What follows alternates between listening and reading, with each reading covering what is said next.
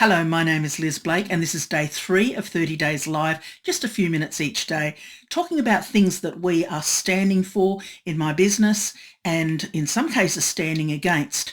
And these are issues that really affect entrepreneurs or affect your dreams as you move into entrepreneurship, perhaps from a corporate career.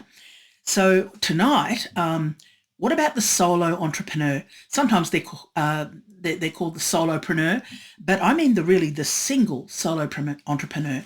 And this is a person, there's many people like this now who are single and completely just in business themselves or going into business themselves, or they're in a partnership, a life partnership, and perhaps their spouse is not supportive or doesn't want anything to do with it.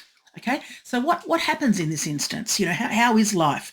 Okay, so what do you do if your partner is unsupportive? You know, you do feel alone in this.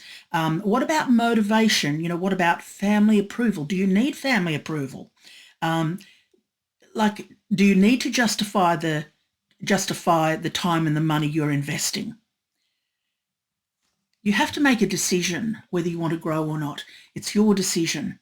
This is a decision whether you're in a partnership or alone. You actually have to make for yourself. So in that way, it's no different from being single or being in a partnership, in a spouse or life partnership as an entrepreneur. But self-leadership is the highest, self-governance is the highest level of leadership. And to build a business requires wanting something, deciding what do I want. Now, strangely, even for the most intelligent people, this can actually be a very difficult thing. This can actually take quite a painful process through life to even work out what don't I want to do and then what do I want to do. And then it even takes a little bit more work to work out what do I exactly want to do and how can I really help people.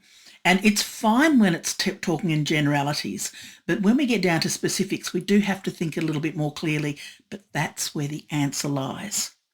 So, but as a solo entrepreneur, what I wanted to just address tonight was, yes, there is a huge advantage in being in a community, in finding a community. Now that's fairly rare in the entrepreneurial world.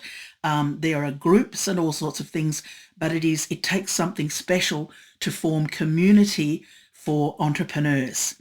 And that is actually why that community, a very dynamic live community, is one of the most essential parts of the way I do business when I work with entrepreneurs. Those who have worked with me will be probably saying yes right now. And so I would encourage you that finish off tonight with you do make your own decisions. Yes, you are alone. Yes, and I know this myself. I live alone. I've lived alone for a long time, and there are things that we face in motivation and there's things that we have to do ourselves, but there's other areas that being in a community or forming a community, finding a community, for me, I created a community and I am creating a new community. And for that, that's the real answer to, that helps you get through what is really difficult sometimes when we go through a low patch, and then we can just really sort of reconnect with ourselves again. So community, solo entrepreneur, go for it. See you next time.